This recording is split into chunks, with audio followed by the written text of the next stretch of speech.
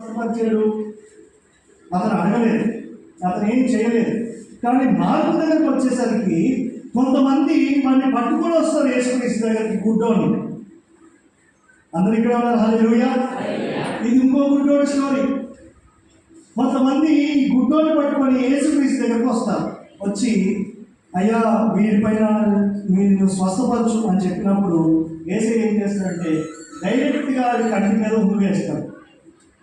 ఇది ఇంకా విచిత్రంగా, ఆయన కంటి మీద ఉమ్మి వేసి స్వస్థత పొందేవా అంటే, అవునవును నేను స్వస్థత పొందాను, నాకు మనుషులు కనబడుతున్నారు, పెద్ద చెట్లు కనబడుతున్నాయి, చెట్లు లేక మనుషులు కనబడుతున్నారు అని చెప్తాడు.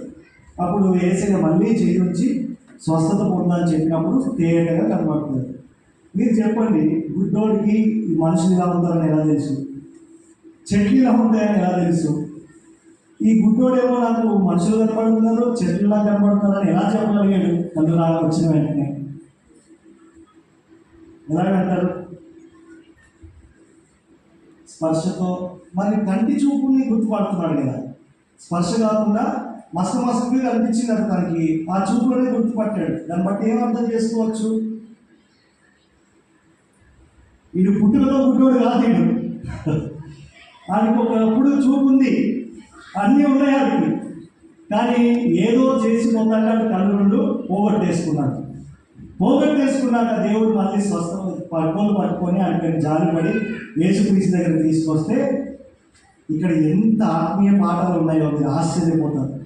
దాన్ని పట్టుకొని యేసుక్రీస్తు దగ్గరికి తీసుకొస్తే యేసుక్రీస్తు మొదట పుట్టినప్పుడు అవును ప్రభు నాకు కొంచెం కనపడుతుందని గుర్తుపట్టాడు. ఆ తర్వాత పుట్టితే పూర్తిగా గుర్తుపట్టిన పరిస్థితి. దీని అర్థం ఏంటి అంటే, రక్షింపబడనోడి స్థితి ఇందాకైతే, ఇప్పుడు రక్షింపబడినోడి స్థితి.